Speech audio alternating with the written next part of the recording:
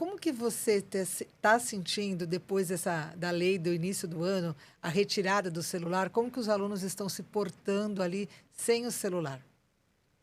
Durante o período escolar, Durante, porque a gente sabe que eles saindo dali, eles já saindo pegam. dali, Mas passaram o ali, no portão. ambiente da escola, né, nos espaços, como eles estão se portando na hora do intervalo, né, nessas horas de convívio, que eles estão sem o celular.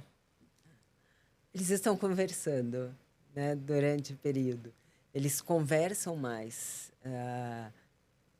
se conhecem melhor, né? Porque normalmente eles se conhecem através das telas, né, das conversas. E agora não mais. Eles têm oportunidade de conversar, de fazer uma escuta realmente do que o outro está falando, né? Porque o que acontecia antes? Ele estava no celular e alguém podia estar aqui falando com ele. E essa coisa do fazer as coisas, né, ao mesmo tempo, mas o quanto ele estava realmente entendendo ou participando daquilo que o outro contava. Hoje não.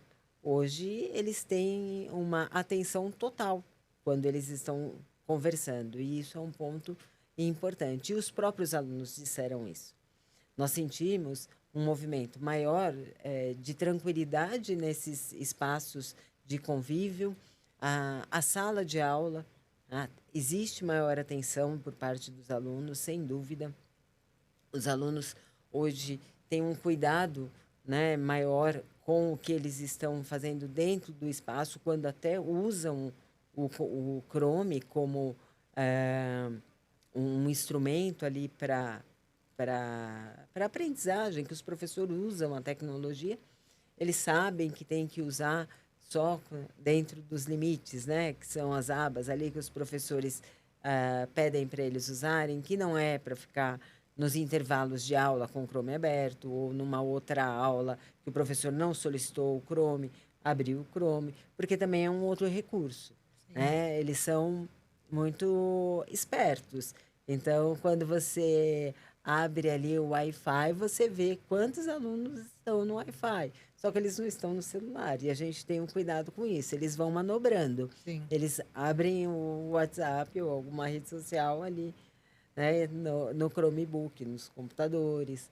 Mas eles estão diminuindo, né, esse movimento. Porque nós vamos lidando com isso também. O computador ou o Chrome só na hora que o professor solicita. Quando o professor não solicita, não tem por que, né, estar ali com o computador. Então, isso facilitou. E uma coisa que você falou do congresso, que eu acho que vale a pena até trazer com essa questão da tecnologia,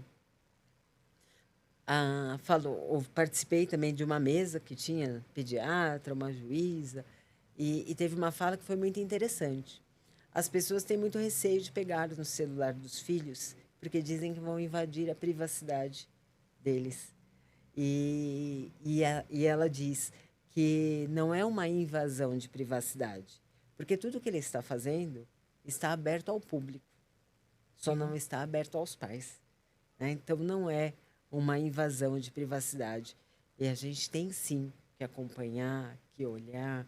É claro que uma conversa ali específica com uma namorada, você não precisa olhar, mas olhar, sim, né, o que acontece dentro dos celulares dos filhos não é invasão de privacidade. Essa foi uma outra Dá esse recadinho fala. para os alunos, então, para É, os jovens. para os jovens, que é É, verdade, não é uma invasão. Né? Na verdade, eles precisam de pessoas que estejam ali mediando, cuidando, né? cuidando Cuidando. vão apoiar, mas vão ali, né, cuidar, ter um olhar aí mais assertivo para as conversas e comentários. Partindo já para o finalzinho aqui da nossa conversa, o jovem de hoje é o adulto de amanhã. Quais são os principais pontos que todos os educadores devem contribuir, além da parte acadêmica, para formar esse adulto?